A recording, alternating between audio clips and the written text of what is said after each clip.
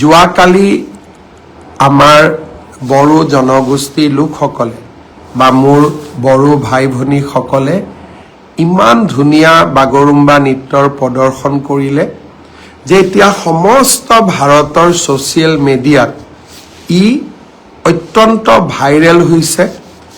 চাইনাই যেতিয়া অলিম্পিক পাতিছিলে, অলিম্পিকৰ উদ্বোধনী অনুষ্ঠানৰ যি তেওঁলোকৰ যি এটা সৌন্দৰ্য সৃষ্টি কৰিছিল, সুন্দৰ কৰি চাইনাই অলিম্পিকৰ উদ্বোধনী শ্ব' কৰিছিলে। আজি গোটেই ভাৰতবৰ্ষৰ লোকে আমাৰ বাগৰুম্বা নৃত্যক সেই উদ্বোধনী অনুষ্ঠানৰ লগত তুলনা কৰিছে। আপোনালোকে চিন্তা কৰক, চাইনাৰ দৰে এখন ৰাষ্ট্ৰৰ অলিম্পিকৰ উদ্বোধনী অনুষ্ঠান আৰু আমাৰ অসমত বাগৰুম্বা নৃত্যৰ প্ৰদৰ্শন, আমাৰ ঐতিহ্য, আমাৰ সংস্কৃতিয়ে আৰু আমাৰ শক্তিশালী প্ৰদৰ্শনে আজি চাইনাৰ দৰে এখন দেশৰ লগত অসমৰ তুলনা আৰম্ভ হৈছে।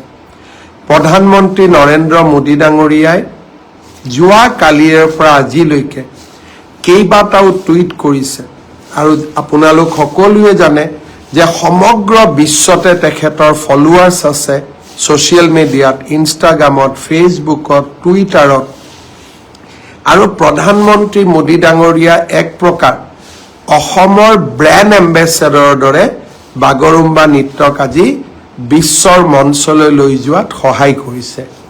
মই যোৱাকালি বাগৰুম্বা নৃত্যত অংশগ্ৰহণ কৰা আমাৰ যুৱক যুৱতীসকলক বহুত ধন্যবাদ জনাইছোঁ। BTC প্ৰশাসনক, মুৰব্বী হাগ্ৰামা মহিলাৰী ডাঙৰীয়াক ধন্যবাদ জনাইছোঁ। আৰু এই গোটেই অনুষ্ঠানটোতে আমাক বহুত সহায় কৰা বড়ো সমাজৰ আটাইকেইটা জাতীয় সংগঠনক মই পুনৰ এবাৰ ধন্যবাদ জনাইছোঁ। আৰু এই অনুষ্ঠানত অংশগ্ৰহণ কৰা সকলো যুৱক যুৱতীক মই অন্তৰৰ গভীৰতম কোণৰ পৰা কৃতজ্ঞতা জনাইছোঁ।